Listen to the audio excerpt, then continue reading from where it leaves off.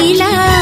फूलर खबर नहीं पवन बहिला से पवन रे मीठा महक खेलिला फेरी फेरी गला श्रावण